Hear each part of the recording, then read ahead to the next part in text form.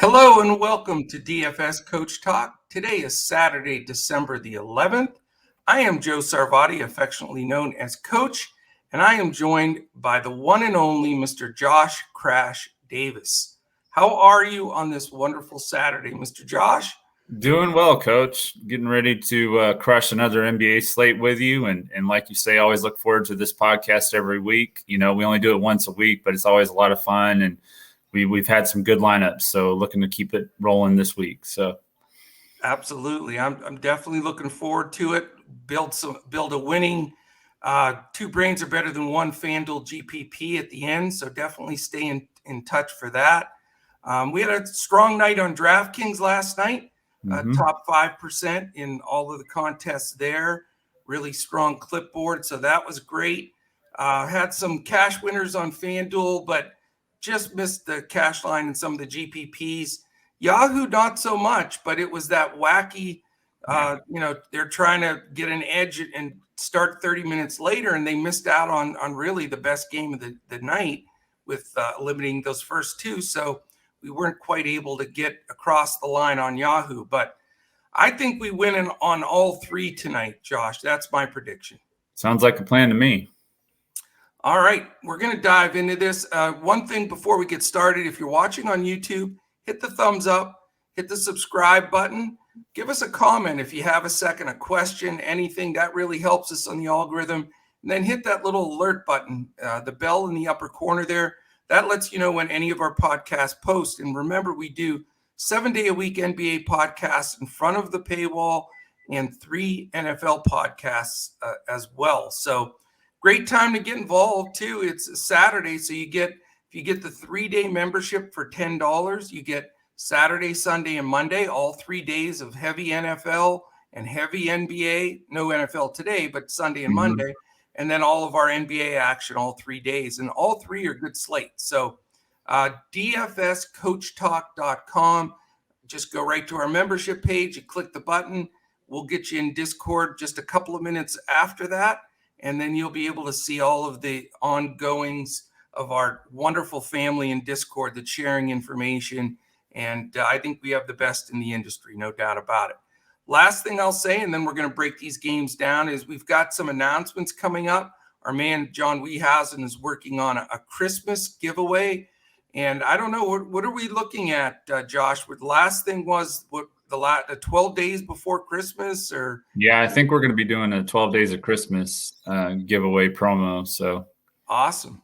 Well, stay tuned for that for sure. Again, we're, just check the podcast out each day and we'll be announcing those. I know we have some giveaways and all kinds of things going on. So we would love to have you. All right, let's look at this 6-game schedule. There is an early game, a 7th game that's at 3:30 Eastern. We're not going to mess with that one. The first game of the 6-game main slate on all 3 sites, by the way. We don't have to jump around with different start times. It's a 7 p.m. Eastern game. It's the Utah Jazz and the Washington Wizards. Utah is favored by 5.5. It's a solid 220 total. And by the way, Josh, this is interesting. The next game's a 220 total. The game after that's a 220.5 total. So talk about even terms. Yeah. And then you've got 3 lower totals after that. So there's no game you can point to like that awesome Charlotte game last night. Right. This game's off the wall, off the chain, whatever you want to call it. And a little bit more balanced here, which I like. I like having where you really have to dig in. I think it gives us a big advantage. But in this 220 total, it's a 112.75 implied for Utah, 107.25 implied for the Washington Wizards. Utah comes in 18-7, Washington 15-11. Only injuries here are guys that have been out forever, at least listed as of now. As a Bucky for Utah, Bryant and Hashimura from Washington. So we should have the majority of regulars going in this game, and it should be a good one. As far as statistically speaking, Utah is 12th in pace, Washington 20th. So they're really a little bit more ball control. So somewhat in the middle of the road. Utah is fantastic scoring the ball. actually so fantastic that they're the most offensive efficient team in the league. So a little bit more of a challenge for Washington. Yeah. And I will mention, Josh, Washington was in the top 10 for a big portion of the first third of the season, and now have dropped below the Mendoza line, if you will. In the middle, they're 16th. So little jump up for the Utah side of things offensively. And then defensive efficiency, Utah wraps it up with the top 5 defense. They're 5th. Yeah. And Washington, again, 16th. So they're 16th in offensive efficiency, 16th in defensive efficiency. So some of those stats are catching up to that real quick start. So it looks like, the edge should be across the board here for Utah. That's why they're a 5.5-point favorite. But it's in Washington, and we pretty much get the full deal here with players. So what's your initial look on this game, Crash? So for my initial look on this game, I'm looking at the bigs. Actually, it's kind of surprising to me that Utah has allowed the 11th most fantasy points to centers. When you think of Rudy Gobert, you wouldn't think of that. But Daniel Gafford at 4,600 on DraftKings, that just seems way too cheap to me. So that's probably my favorite play in this game. And you could look at Rudy Gobert because Washington is in the top 10 of most fantasy points allowed to centers too. And he's 8,800 on DraftKings, 9,100 on Fanduel. There's some other centers that I want to pay up for more than him, but he's in play in this game. And that's about it because both of these teams are really good at defending guards. Yeah, you bring up a few good points here, and this is an island game, by the way, for both teams. So there's no back-to-backs on this game. But I was watching the Jazz game the night before last with the Utah announcers, and they were talking about Gobert because they had talked about the fact that centers are scoring pretty well against him, but there's a stat. A help side stat where if you're one pass away and you're coming over to help one of your other teammates defensively, he ranked by far number 1 in that. Like, it's not even close. Second is Embiid, but he's far behind. Right. So in other words, he patrols the paint, almost plays like a one-man zone. If he can get away with it, unless it's a center that really tries to draw him out that can drain a bunch of threes. But a lot of times they won't even have him play a center like that. They'll put him on the guy that they least are concerned about shooting outside shots because, that's something that I think we need to get more familiar with here because people see Gobert and they think, okay, I'm fading the other center because he's 2-time defensive player of the year, et cetera, et cetera. But not always on the guy that he's guarding. Yes, he has a big effect on all the rest of the players because he takes away penetration, he changes shots, everything else. So I wanted to mention that because, and I'm glad you brought it up because, again, that was coming right from the Utah announcers watching the ticket. So a good thing, I always downgrade the other team going against Utah a little bit just because they're a top 5 D, but specifically now after seeing that stat and how he dominates it, it really does eliminate a lot of stuff in the paint. So wanted to mention that. My problem with the Gafford and Montrezl Harrell situation is the split. That timeshare is concerning because a lot of times it's just dead even. Sometimes one guy or the other gets a little bit of an edge. But I get you wanting to play that, and he is super cheap. But I'm just so hung up on timeshare stuff. It really drives me nuts. But for me, I don't think Conley's played up to his number all year. He's really, I think he's fading out a bit in his career. Mitchell at 9K, he's going to get Kentavious Caldwell-Pope defense, so I'm not going there. KCP is one of the most underrated perimeter defenders in the league, and I mention it on occasion, but man, look at what's happened to the Lakers since they lost him. Everybody says, oh, they lost Monk. That's going to, they lost Schroeder. That's going to kill them. But losing KCP was more important because they can't stop anybody on the perimeter. Couple of guys I'll mention. Royce O'Neal, I know it's weird, but he's only 4'4". He always gets 30 5 minutes or whatever. And Mm-hmm. he just, the ball's going to bounce your way sometimes. And Right. for a super value guy that can get you 25, 26 DFS points, it's not the worst thing in the world. And, a lot of times that allows you a path to get some of the bigger scores. So he's not out of play. Bogdanovich at 5'4", he's so points dependent. It makes it tough sometimes. So I'm not really crazy about this game in general, even though it's a 220 total.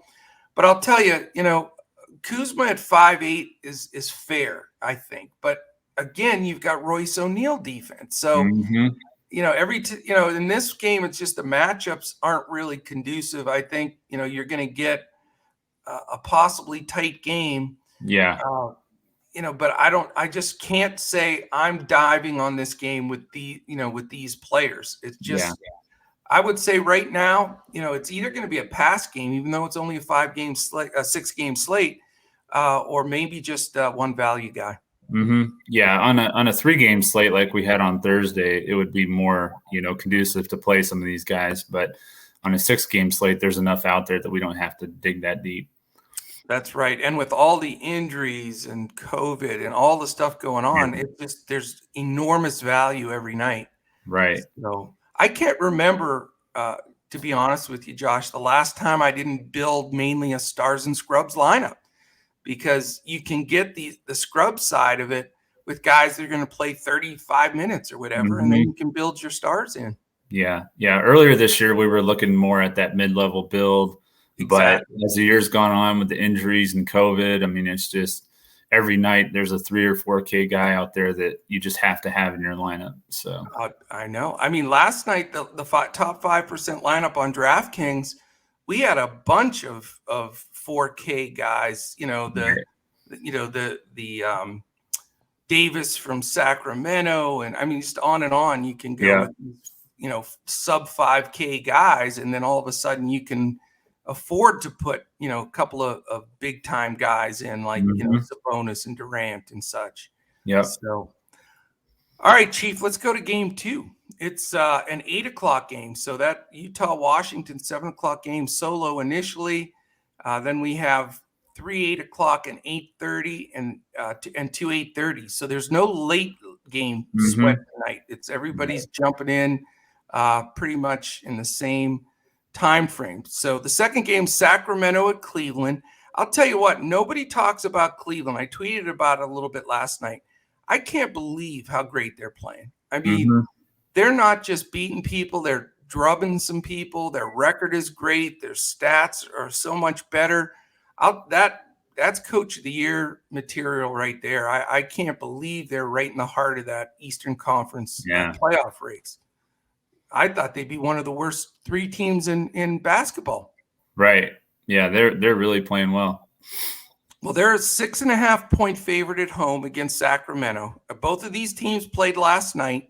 Sacramento all the way on the East Coast, here trying to play a road trip with their new coach, Gentry. They are playing better for Gentry, I've got to say. They've been much more competitive, which, an improvement from Walton's not too difficult. Yeah. But Cleveland 6.5-point favorite, 220 total, 106.75 implied for Sacramento, 113.25 implied for the Cleveland Cavaliers. Cleveland, like I say, 15-12, solid record. Sacramento's 11-15. I think a lot of people think they're worse than that, but they're that's not bad. They still got a shot. Almost no injuries in this game. Cleveland, none reported. Rashawn Holmes remains out for Sacramento. So that allows people to – everybody wants to dive to Alex Len a lot, and it's just it's such a riot. He is such a frustrating dude to try to roster. I'm not going there, but yeah. All right, statistically speaking, pace 10th for Sacramento. Cleveland's played a controlled – good defense, efficient offense. They're 27th in pace. So that doesn't help. That's a big difference from the last game Sacramento played. Offensive efficiency, Sacramento 13th, Cleveland 19th. Defensive efficiency, Sacramento's lousy at 26th. Cleveland's all the way up to 4th. So they're the fourth best defensive team in the league. So that puts a little bit of a twist on this game. What are your thoughts here? Yeah, so the first thing that stands out to me is both of these point guards. Darren Fox is 7,900 on Fanduel, 8,400 on DraftKings. Cleveland has allowed the seventh most fantasy points to point guards. In the last two games he's played against Cleveland, he had 55 and 50 DraftKings points. Nice. So that number, he's going to hit 6 to 7x probably if he keeps at that pace. And then Darius Garland, he's 7,800 on DraftKings. While Colin Sexton has been out, he's been putting up pretty strong numbers. He's had some ceiling games this year where he's been in the 50s. Sacramento has allowed the most fantasy points to shooting guards and second most to point guards. So whether you consider him a point guard or shooting guard, it's a very favorable matchup for Garland. So I like both of these guards quite a bit. Yeah, I agree with you. I think Fox and Garland are both good plays. Wouldn't mind going both sides of it. The 8-4 and 7-8 on DraftKings, a little pricey, but not in the big scheme of things with all the value. I still like some of the other guys too. So, Halliburton looked like he really was heating up yesterday. At 5'8", I think he's a good deal. Yeah. Terrence Davis, man, he's getting the minutes and he's only 3.7 still. Yep. He's not going up no matter what. It's like his price doesn't ever go up. But the Cavs have allowed the second fewest fantasy points to shooting guards. So that's one thing that I am keeping in mind. I also like the bigs in this game for Cleveland. Jared Allen, you got to pay up for him a little bit. So I'm not sure I'm going to go there, especially on DraftKings. On FanDuel, I could put him at power forward. So that's a possibility. Evan Mobley, he's 6,700 on DraftKings, and Sacramento has allowed the second most fantasy points to bigs. So I do like Evan Mobley in this game for sure. I think that's a sharp take. Mobley and Allen, I think, are in a good spot. But Mobley's only 6'7", Allen 8'3". But yeah, I agree with you. I think one of those two bigs. I never want to play both of them. I don't think it's a good move because you're gonna take away from yourself there. But I'm with you on the Mobley Allen thing. Isaac Okoro is an outstanding young defender for Cleveland, and I'm just wondering who he's going to guard here. I mean, if he guards Fox, which is my gut feeling here, I think that may bump me off of Fox, and rather than go up to that number, I just don't know if I can fade Terrence Davis at 3.7 with he's taken over that starting spot and he's producing. Right. So he's a good place to go. Yeah, and Alvin Gentry's been giving him the minutes, so it's definitely in play. And I'm not going to go that whole Alex Len, Tristan Thompson thing. No. I mean, I know that was a big discussion last night, and I said fade it. And yeah, it's just too tough with those guys plugging in there, filling in. And Hield's not Gentry's favorite. I know he got some minutes last night, but I think really in this game, in my opinion, possibly Fox, but I'm probably going to steer, I think Halliburton, Davis, and even Harrison Barnes, although it's a back-to-back, older, and, he's coming back from an injury. So even though that 5.5 is a monster value tag, not sure that that's the best place to go. But I'm with you. I think Garland's a great play. Markkanen's not a throwaway at 5.5. Do you have any love for Markkanen? Some. There's some other guys I like that position more on this slate, but that's a possibility. And I think I'm probably with you. I haven't made the decision yet, and that's something we'll share in Discord for sure with our members. But as I'm looking at things throughout the day, that'll be a big decision for me. Do I go Mobley or Allen? Because right now I'm split. Yeah, definitely. All right, Chief. Game 3. This will get us halfway through the slate already. After doing 13 games slate the other day alone, it's like I feel like every slate is a tiny slate now. Oh, yeah, definitely. So we have Houston Rockets at the Memphis Grizzlies. Houston on the second night of a back-to-back.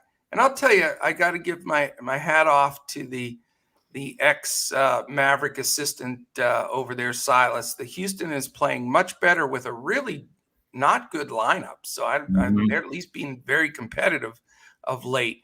So it's an island game for Memphis, second night of a back-to-back for Houston. Memphis is favored by 8, 220.5 total, 106.25 implied for Houston. Memphis comes in at 114.25, which it's a good number for Memphis right there. Yeah. Houston is 8-17. The Grizzlies are 15-11. A lot of injuries to discuss here. Questionable for Houston. Garuba, House, Porter has now jumped into the questionable side, which is massively important. You really can't look at this game. I've been using Armani Brooks and Eric Gordon a lot because they've had to really burden the load since Porter and Green went down. But if Porter comes back, that's a game changer for me in this shuffle. So we need to follow that closely. We know Green and Wall are already out. So how about this group that's out for Memphis? When they're healthy, I think you could start these 5 and win some NBA games. Brooks, Clark, Merrill, Morant, and Cheeseburgers Williamson. No, it's not Cheeseburgers Williamson. I'm joking. It's Zaire Williams. Yeah. But I just wanted to say my cheeseburgers thing, and New Orleans is not playing tonight. Sorry. Right. Anyway, still, that's having Brooks and Jaw out is massive for Memphis. Yeah, for sure. Yeah, and you've got that trio, of guards of Jones, Melton, and Bain. So you kind of have to make a choice on which, in my opinion, which of those 3 you're going to play. On DraftKings, it's a little bit easier of a choice because Jones is 6,400 and Melton's only 5,100. So I definitely lean towards Melton on DraftKings. Garrison Matthews has just been crushing it night in and night out lately. Had his best game of the year last night against the Bucks. We kind of felt like maybe he might fall off a little bit, but he definitely didn't do that. And he's only. I called him a trap play, so I can eat that one for lunch, man. I was right there with you. Because I thought the Bucks would be able to slow him down, but man, he had an awesome game. 4,400 though, that's a really good price for him. And then on FanDuel, I'm leaning more towards Jaren Jackson and then Mobley on DraftKings at power forward. It's kind of what I'm looking at right now because he's only 6,400 on FanDuel and Jackson's only 6,400 on FanDuel and Mobley's 7,500. So probably going to lean Jackson on FanDuel and Mobley on DraftKings. You could look at Christian Wood, but on DraftKings, especially 9,500, I don't want to pay that for him. Yeah, no, I'm with you. For me on the Houston side, it all has to do with that news if Porter's in or not. Because if he's not, Brooks and Gordon are both in play for me at the guard spot. If Porter plays, I probably don't roster any of the 3. So it's that much of a big shift of whether he's in or not. It's the thing is on Garrison Matthews. If you haven't been on him yet, like me, I haven't bit that apple. The first time you bite it, you're going to get bit. He's going to get like 4 points and 2 rebounds and play 18 minutes. I don't know, man. I've watched him a couple games in a row. He's playing so hard. I really root for the kid. It's fun to watch him. Yeah. And at 4-4, if he is going to get those massive minutes, it makes sense to play him. It really does. The Grizzlies are 22nd, in defensive efficiency. So it's not the worst matchup. That's for sure. No. And here's the numbers as far as, where they stand here. The good part about this game is Houston and Memphis are 4th and 6th in pace. So that makes this game really one of the better games on the slate as far as, possessions and DFS point potential. Offensive efficiency, Houston 27th, but they've improved massively. They were last for a while, and they're moving. Memphis is 12th, which is very solid. And neither one of these teams plays good defense, 19th and 22nd, respectively. Yeah. Yes, Houston's on the second night of a back-to-back, but other than Gordon, they're very young. Wood's not as young, but the rest of these guys are babies. So I don't think that hurts them a lot. I really like this game, Josh. This is going to be probably a make or break it game for me. I like the fact that Brooks is out because I don't care what the price is on Desmond Bane. I think everybody's going to see Desmond Bane at 7-2, which we were rostering him at 4-8 6 weeks ago. So I don't care that he's 7-2. With Brooks and Ja being out, I think he's their best scorer on the floor. He's their best. He can penetrate, shoot the mid-range. He can hit a three. I really am high on Bane. So he's a big favorite for me. Okay. Tyus Jones at 6'4" is reasonable. I mean, Brooks, Gordon, and even if Porter plays, they're not good defensively. So I'm fine with Tyus. And again, I think these prices, because they're inflated, are going to scare people away. But it's a 114.25 total. Somebody's got to score for them. And I think, Jones, Bane, and then the third guy would be Melton at 5'1". Those are the three guys. I wouldn't mind having two of them, to be honest with you. Yeah. Now, let me ask you this, because I am terrified to play Jaren Jackson all the time. I faded him again last night. He had 2 fouls in the first 5 minutes, like he's done literally half of his career.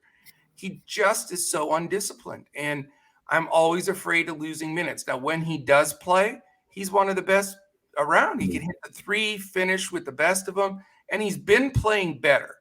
But I don't know. Do you have any fear with him? Yeah, like I said, I think that on Fanduel, he's definitely in play for me. I'm not going to play him on Draftkings for sure. He seems to play, from what I remember from watching him, he seems to play a little bit better at home. So I do like him when he's at home. And this is not a good defensive team in Houston. So, those are the couple of factors that I'm considering. But he's not a lock by any means for me on this slate. Yeah, and he's not a fade by any means for me, because he can break the slate. I mean, he is the type of guy that can put a 50 burger up and you need him. Yeah. So I'm thinking about it. What about Steven Adams? He's 5'4". Ever since I made fun of him in our Discord the other day, he's right. He's been playing pretty tough. And Houston, like you say, they're not tough in the paint defensively. Do you think he gets enough a run to make a difference? Yeah, I could see that. It's a pretty, like you said, a pretty up and down tempo. So, you wonder if he gets played off the floor a little bit. But I think that, he could probably hit value no matter, if he only gets like 20 minutes, he could probably still hit value, just because, like you said, Houston doesn't defend the paint very well at all. They don't, but I think you make a good point. Christian Wood is sort of a 4-5 kind of guy.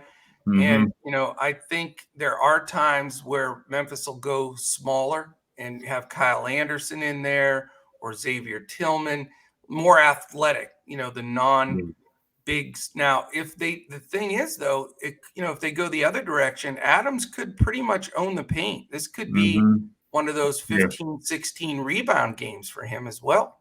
Yeah. I think he could definitely get a bunch of rebounds.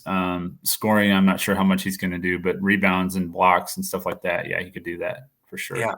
Well, this will be a key game for me. I mean, I think, I'll have 3-4 guys coming out of this game. A couple of mid.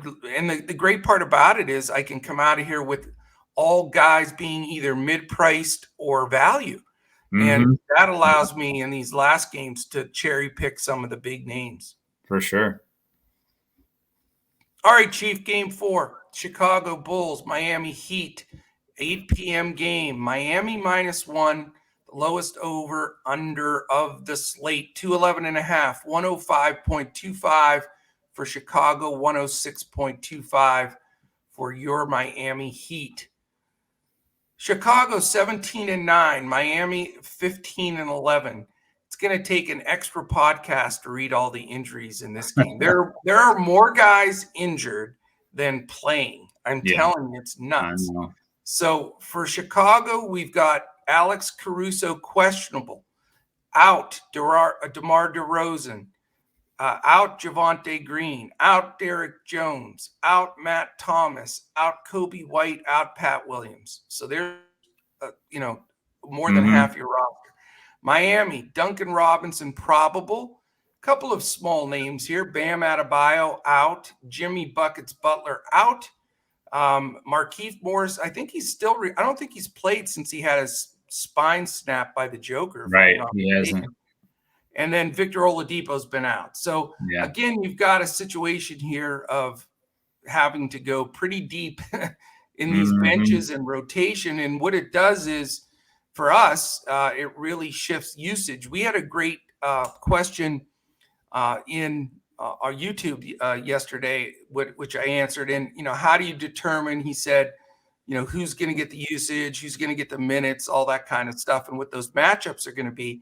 A lot of it is just watching the game flow, knowing the coaches, how does Coach Donovan, how does Coach Spoelstra coach, what are their tendencies?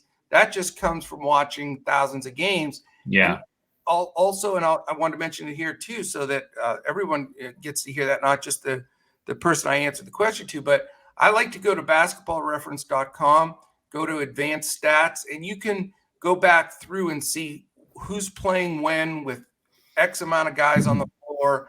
What does it look like when DeRozan's out? Some sample sizes are smaller than others, but at least it gives you a feel, and then you can develop, how that's going to work as far as matchup, et cetera. So this is an interesting game. I think, and I'm interested for your input, Josh, but I think because of the guys out, even though it's a low total, for DFS purposes, I think you can hone in on a few guys here that could really shift the slate for you. Yeah. It's the value guards. Gabe Vincent, 3,600. Caleb Martin, 3,500.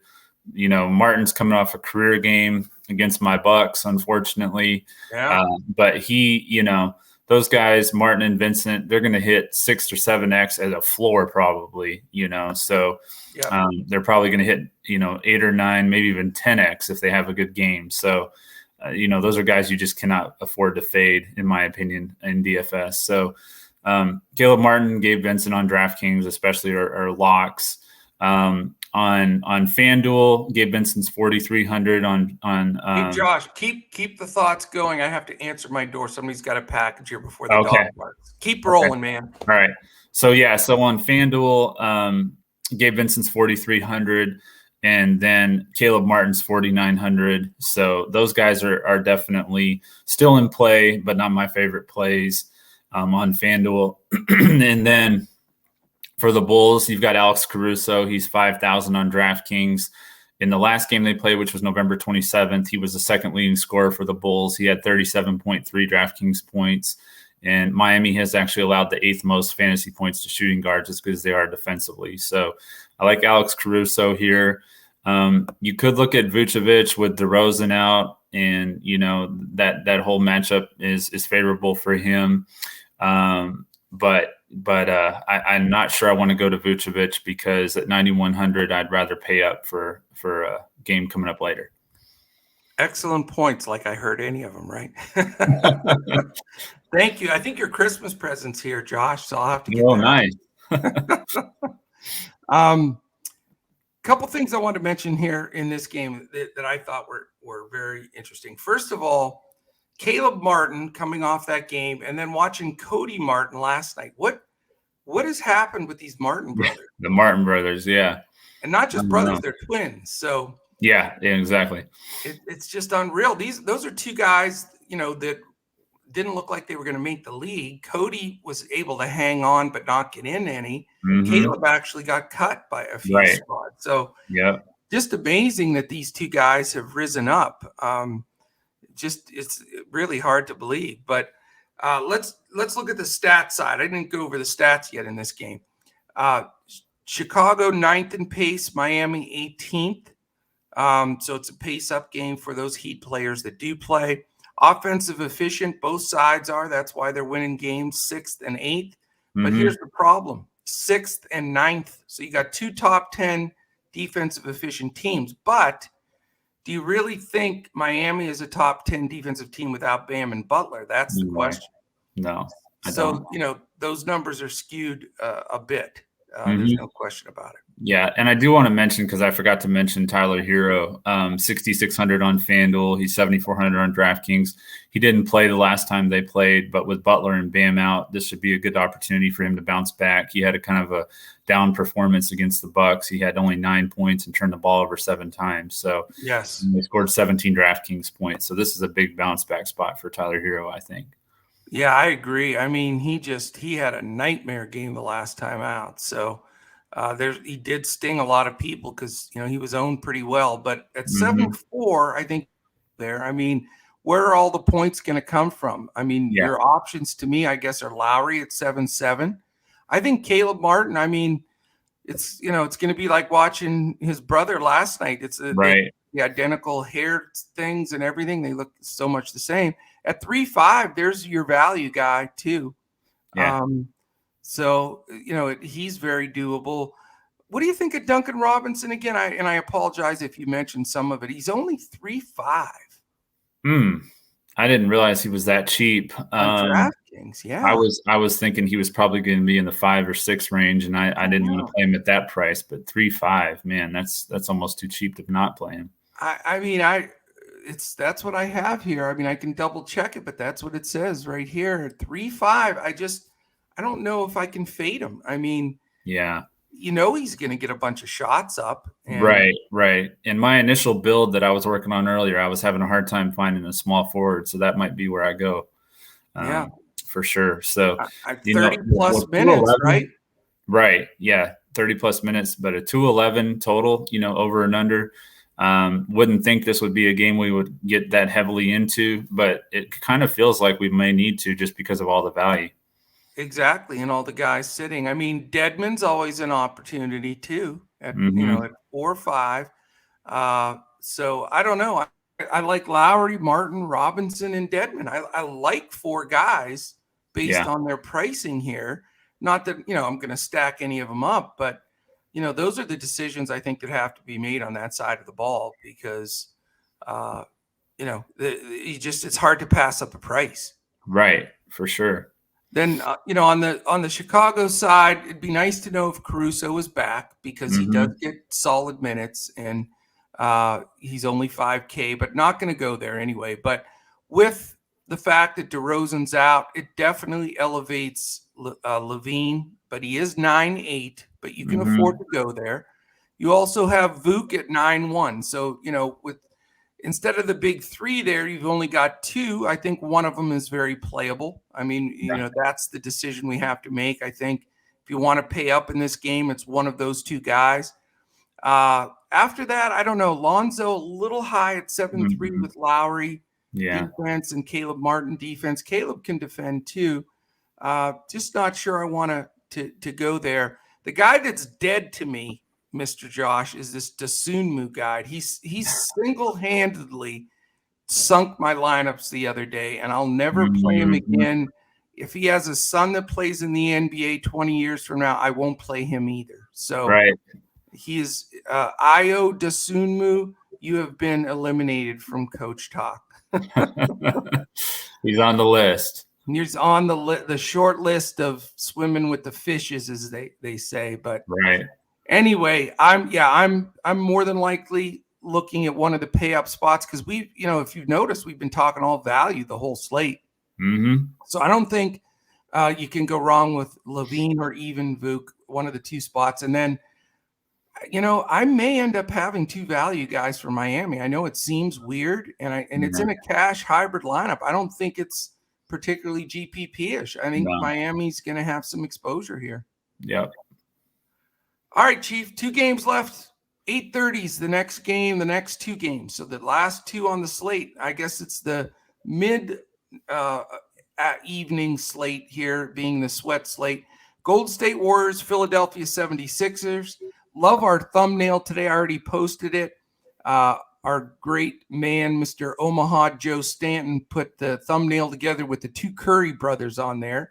So that's pretty cool. Golden State's only favored by 2.5 on the road at Philly. It's a 214.5 total, 108.5 implied for Golden State, 106 implied for Philadelphia. 2 solid teams coming in here.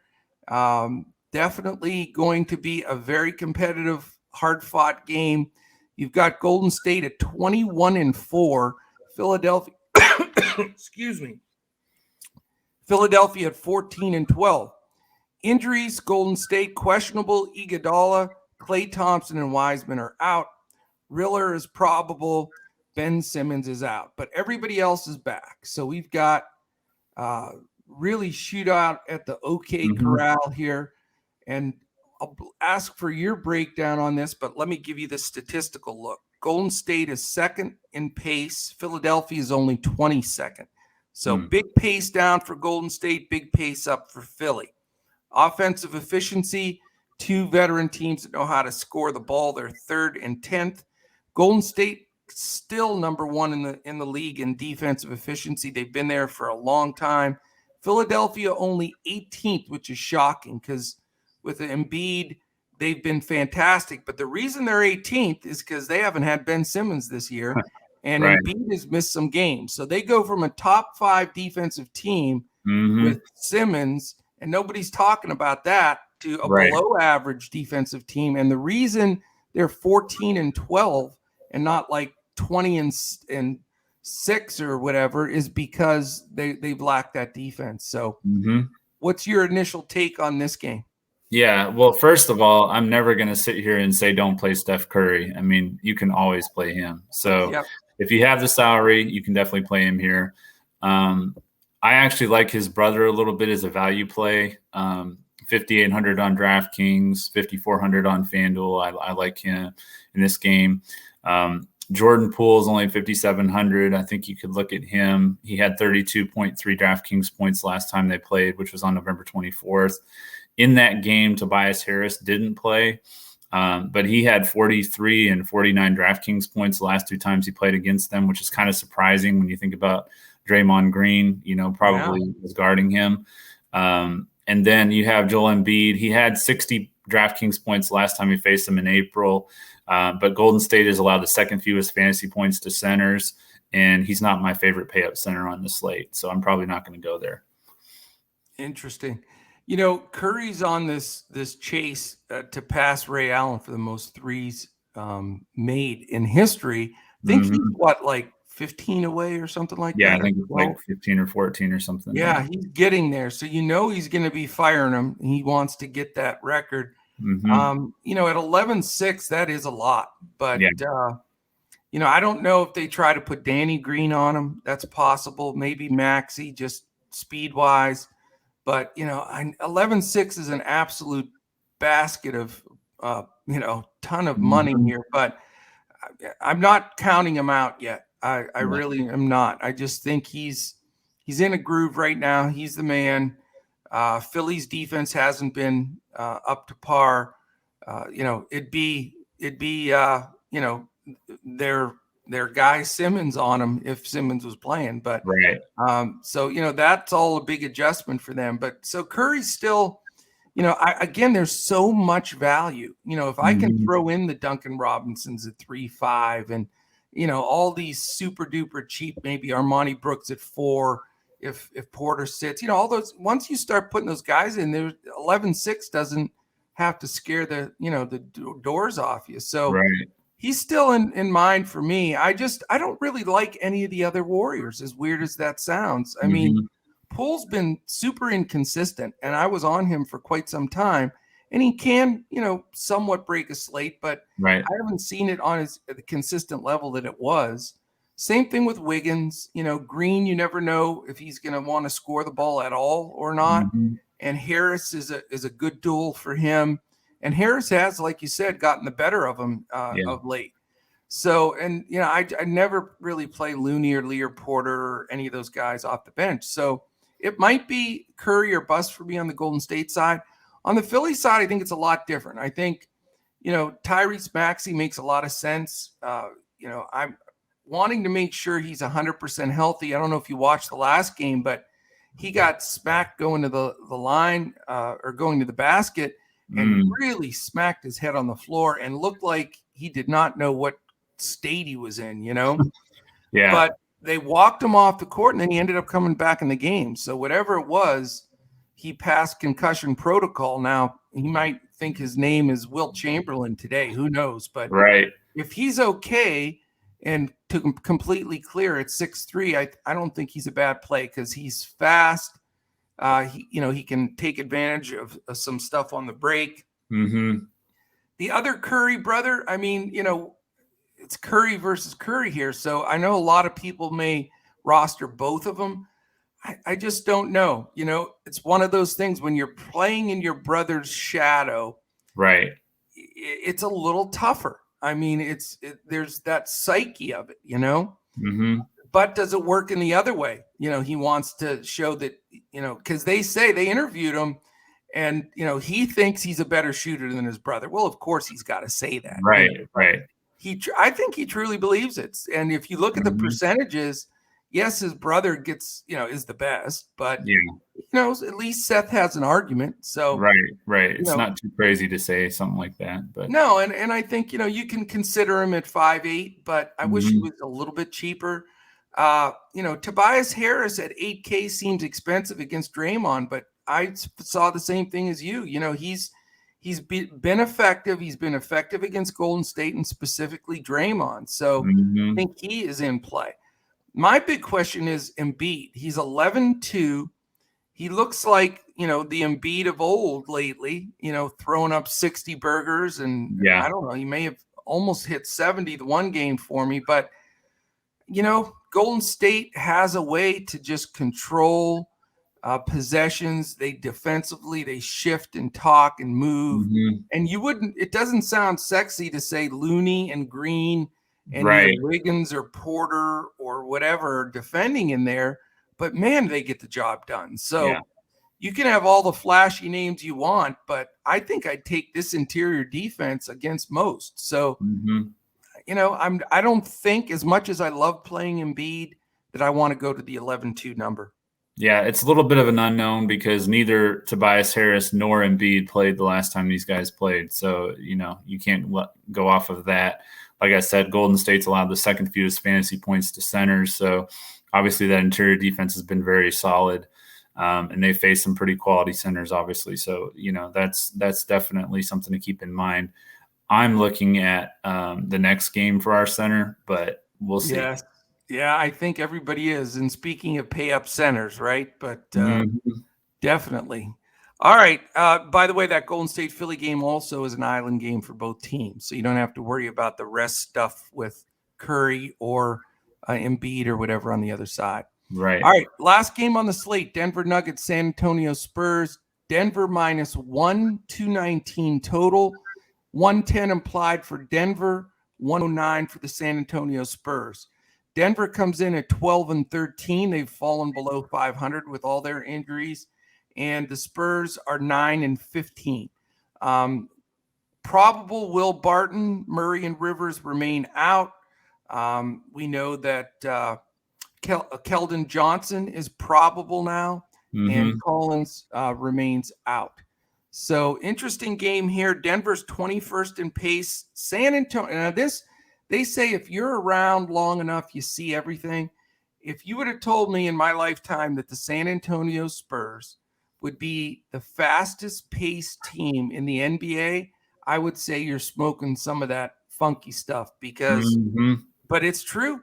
The Spurs are now the number one fastest paced team in the NBA. Can you believe that?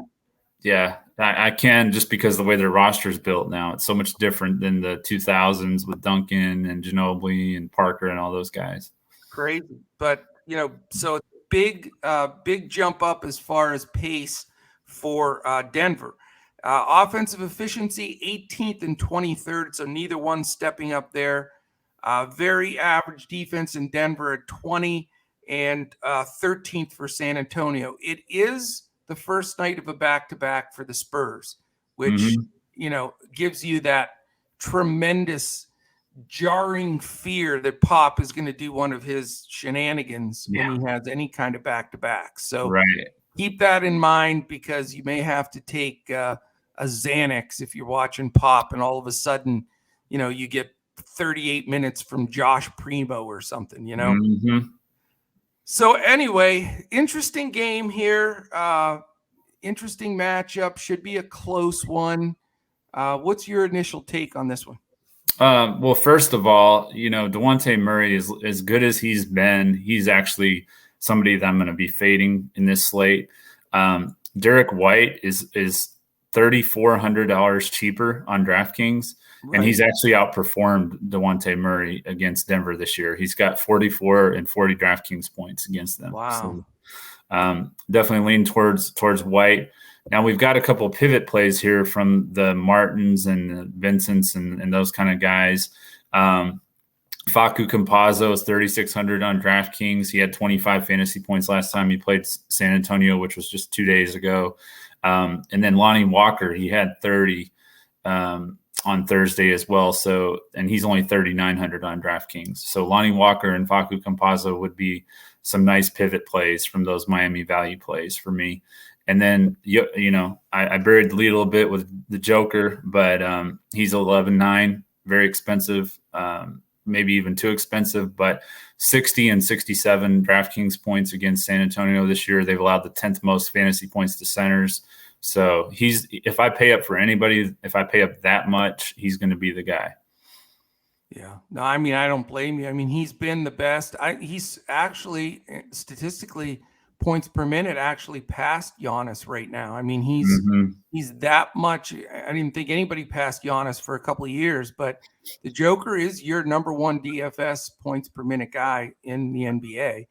And, with Porter going out, chucking shots and just some shifting of their lineups, he's become even more of a dominant player. So, he has to be first considerations every night when he's playing, unless it's just a horrible matchup. And that it's the pace up to the first number one team in pace in the league.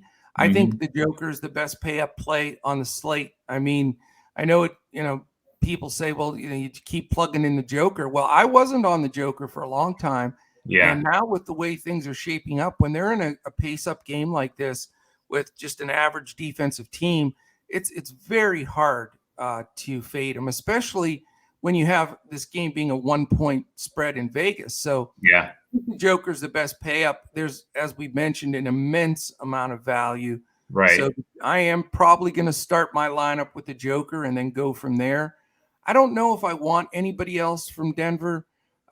Watching Aaron Gordon try to get DFS points is like watching paint dry sometimes because he stands around a lot. Yeah. And it's very frustrating. I like him, but 6'4", I'm not probably going to go there. Jeff Green's not bad at 4.8. Any interest in Jeff Green? A little bit. With all the value on this slate, I didn't think I would end up going to him. But, if it plays out that way, I could consider him. Yeah. Yeah. Yeah. I mean, there's nobody else. Barton at 7K. I get it. I've tried Monte Morris at 5.6, but he really has a ceiling. He's just limited. I'm with you on DeJounte Murray. 9.9 is just too much for me. I love the stats he pulled out on Derek White. I'm just not a Derek White believer. I mean, he's 6'5", which is a decent price. I mean, it's fairly expensive in my opinion. I know he can throw good games on the board, but he just is the kind of guy that disappoints to me. So I'm not. Well, he's 8,000 on FanDuel, so definitely not going to go there. No, and that's ridiculous. Just a couple of really good games, and he's jumped up there. But I get it. I mean, it's 6'5". It's not the worst play, but I'm probably not going to go there. Pirtle's not bad. If you really want to play two centers, and you want to get them both from this game. 6'6" is fair. He rebounds. He's going to have trouble with the Joker, so hopefully he won't get in foul trouble if you do play him. But that's really it. I mean, Walker, Devin Vassell's been playing better since he's back, but I'm not as crazy about this game. Just maybe pay up for the Joker. Yeah. Find one spot on San Antonio to come back with it, but that's about it. Yeah. All right, my man, let's go to the Fanduel GPP. Two brains are better than one. Let's build this lineup. We've cashed the last couple of weeks, and I'm just going to cut right to the chase, jump to the most expensive player on the board, and plug in the Joker at 11.2. Yep, that's what I figured. So I'm going to go to, let's see. No pressure. We're building a winner here. Sometimes you gotta light the fire.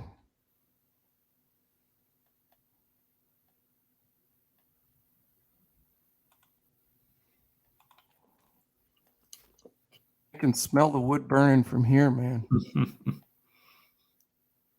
There's some prices that have shifted on Fanduel more so than on DraftKings, by the way. Yeah, and that's what I'm looking at right now. Definitely shop the prices around to the different sites, and Yahoo then throws a whole nother mix into it.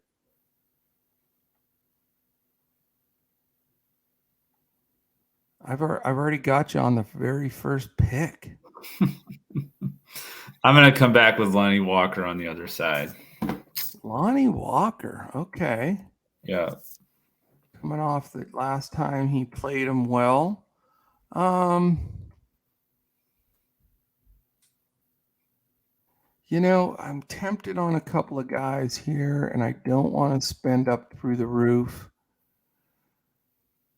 How about if we dive in here on the second play, try to get some value for what we're trying to accomplish here. I don't have to go with a point guard. I think boy, this is a tough one today because the pricing is so different on FanDuel compared to DraftKings, and that's where I have been studying. You know, this is a controversial pick, but I'm going to go with Tyler Hero at 6,600. I think he comes back out and gets pissed off today. Yeah, he's a little bit too cheap on FanDuel. And I'm playing him at small forward, by the way. Okay. I'll go ahead and coach his teammate, Caleb Martin. Caleb Martin at 49. Point guard? Shooting guard. Shooting guard? Okay. So we've got Walker and Hero at small forward, but we can move that around if we need to. Okay, Walker at small forward would be great because I want Desmond Bane. Okay. At shooting guard. All right. And then we have Lonnie Walker at small forward. Okay. I mean, we're spending a little cash, but we're still at an average of 6,600 for our last four. 2 point guards, 2 power forwards. We're in good shape.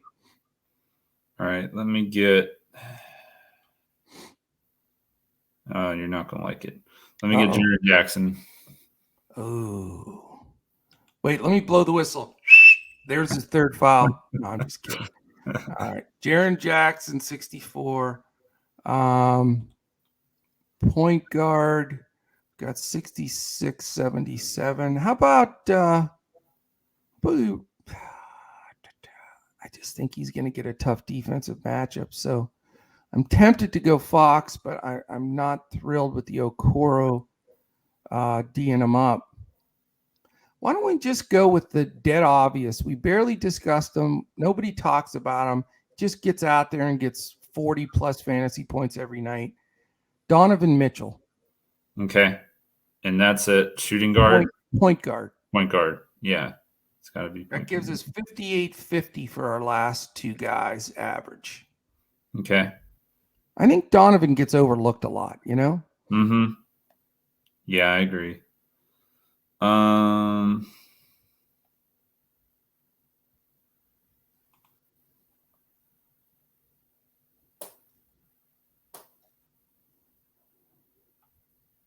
There's a lot of good possibilities here.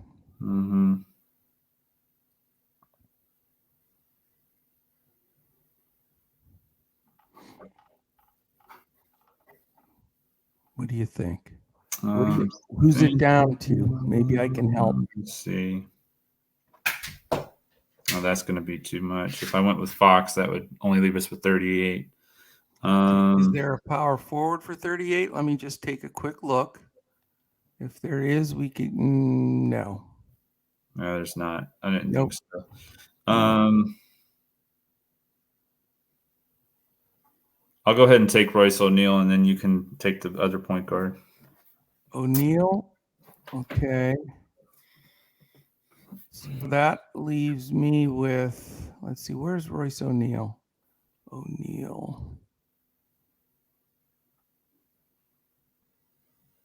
Why aren't I finding Royce O'Neal? Small forward, power forward. Power forward. What's his price? You said 48. 48. Okay. That leaves me with 6,900 for a point guard. Kyle Lowry at 67, but that would give it. I don't want 3 Heat guys. Poole 65, Conley, Maxey, Tyrese Garland's up. There's the other Curry brother.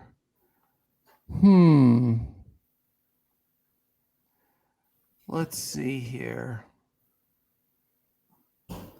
I sort of like to get Darius Garland in. So let's do a little shuffling. I'll cut my salary somewhere. That if I put Garland in, that gives me $700 over. So I could cut somebody down here. Let's see. Who can I cut down? I spent most of the money. Let's see, Mitchell, I have at 83. If we went down to, can't quite get to Fox. If we went to Fox and Garland, I know I'm getting a little goofy here. That gives us $300 over. What do you think about this? If we go from Jackson to Kuzma and then go down from Mitchell to Fox. Okay, so Kuzma's 61. Yeah, okay, got it. So here's our 2 brains are better than 1 lineup, a lot of shuffling. And if news breaks, we're going to have even more, but I love this lineup. We've got Darren Fox, Darius Garland at the point guard spots. Desmond Bane, Caleb Martin, anybody named Martin, we're just taking from now on. Yeah. Guard. Tyler Hero and Lonnie Walker at small forward. Kyle Kuzma, Royce O'Neal at power. And the one and only Joker at center. Locked in on this side of the world. So there you go, man. Good thing, good scrambling. Now, probably because I badmouthed him and we cut him, Jaren Jackson, expect like a 2020 game from. Yeah. I'm probably going to have him in my main lineup anyway, so we can hedge with that. So, and for members tonight, the clipboard will be done by Crash, so he'll put the Draftkings information up with the clipboard. Then we'll both produce FanDuel hybrid line. I'll put a FanDuel. We have the FanDuel GPP. It's the 2 brains lineup, and then I'll put the 2 Yahoo lineups in because I'm a Yahoo. You know what I'm saying? Cash and GPP. So that is it, my friends. I enjoyed spending this time with you. We went way longer than we usually do, but we needed some time just to chill and kick it around. So yeah, it's Saturday, so people got the time. That's right. Even if you're driving around getting Christmas presents, whatever, and you want an hour to kill with two bozos like us, then we got the perfect show for you. Well, enjoyed it, buddy. I appreciate it, and we'll get this sucker up. I know you're going to be posting, and Tyler will be putting it out there on Twitter. No, actually, Omaha Joe's doing everything today. He's been in the hits, and then tomorrow's NBA podcast is Omaha Joe, his debut solo NBA pod. So I know Denver, they're already trying to expand the bandwidth. Everybody there is going to be tuning in. So, definitely join him. I know he's going to do a great job and appreciate it. So I'll be back on Monday. I'm going to be traveling tomorrow, but I will be back first thing on Monday morning. Yep. And then Andrew and I will be on later today and then tonight for NFL main slate in prime time. So incredible NFL slate too. I was checking it out a little bit myself. You guys have your work cut out for you. It's interesting. Yeah, it really is. All right. Well, we appreciate you. If you want to join us, it's dfscoachtalk.com.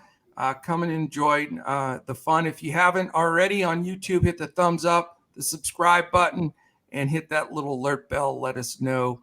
That'll let you know when any of our podcasts post. And give us a comment, a question, whatever. We'll be happy to answer those. So for my man, Josh Crash Davis, I am Joe Sarvati, affectionately known as Coach.